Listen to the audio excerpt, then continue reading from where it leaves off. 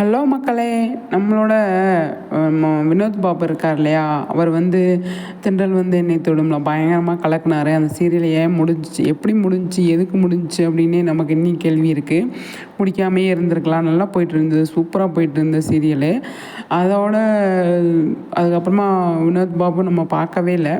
இப்போ வந்து நம்ம கனெக்ஷன் ஷோவுக்கு வந்திருக்காரு. அதில் வந்து வர்றதுக்கு ஒரு ப்ரொமோ மாதிரி வந்து விட்டுருந்தாங்க. சூப்பராக இருந்தது அது வந்து.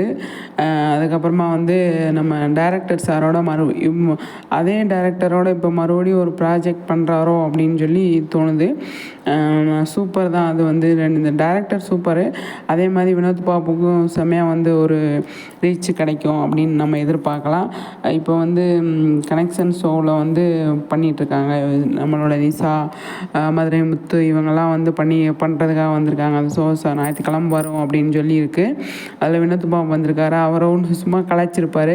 இந்த பவித்ரா தென்றல் வந்து என்னை தொடும் பார்ட் 2 பார்ட் 3 பண்ணலாம் அப்படின்னு பார்த்தா அவள் பிக் பாஸ் போயிட்டா அப்படின்னு சொல்லி சும்மா செம்மையாக வந்து கலாய்ச்சிட்டு இருந்திருப்பார். அது நல்லா இருந்தது. வினோத் பாபு அடுத்து நல்ல சூப்பரான விஷயங்கள் பண்ணணும் அப்படிங்கிறது நம்மளோட எதிர்பார்ப்பு.